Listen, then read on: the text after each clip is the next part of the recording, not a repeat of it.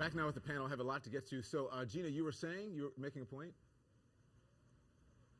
Well, just that I think that, for example, where I vote, we voted in someone's garage, Don. I'm not making this up. We put our ballots in a cardboard box. I asked the election officers there, I said, what will you do with these votes? Where do you take them? Does someone pick them up? They had no idea. So just, my own anecdotal experience, I'm sure Mr. Trump is hearing this on the campaign trail, and I'm sure that's why he wants to be proactive but that's in this. part of the system. To say that's very different than saying there's an overall rigged system.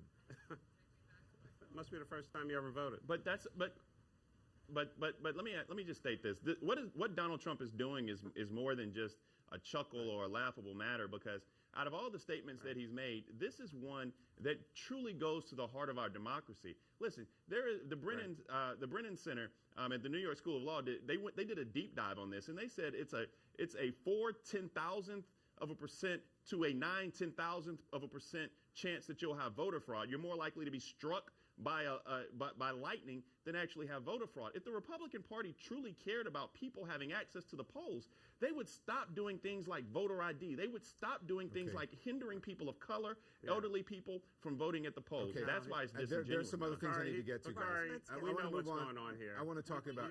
Set up the big excuse. When you have an entire campaign that has colluded, right, with government agencies and has colluded with the media, you can't put anything past them, and I think that's where he's coming from on this. The FBI and the Justice Department, for example. All right. All right, you guys can go on and continue to talk about run this. The elections. All right, but let's say this.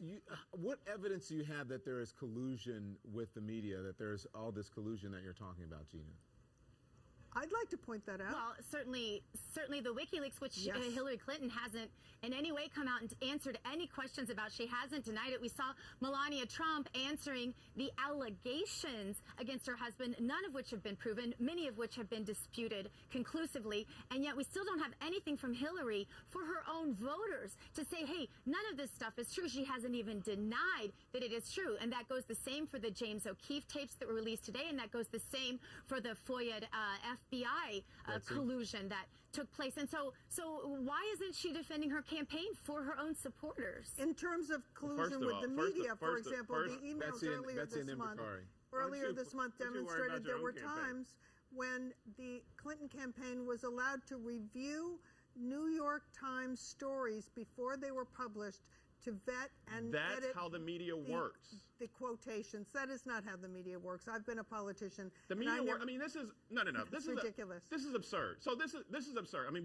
bless your heart, both of you, because this is patently absurd. You talked about the fact that somehow Donald Trump had allegations that are unproven. No, Melania Trump was on camera today trying to deal with his own comments that came out of his mouth. We weren't even at the allegations. We were at the point where he simply said that he likes to sexually assault people.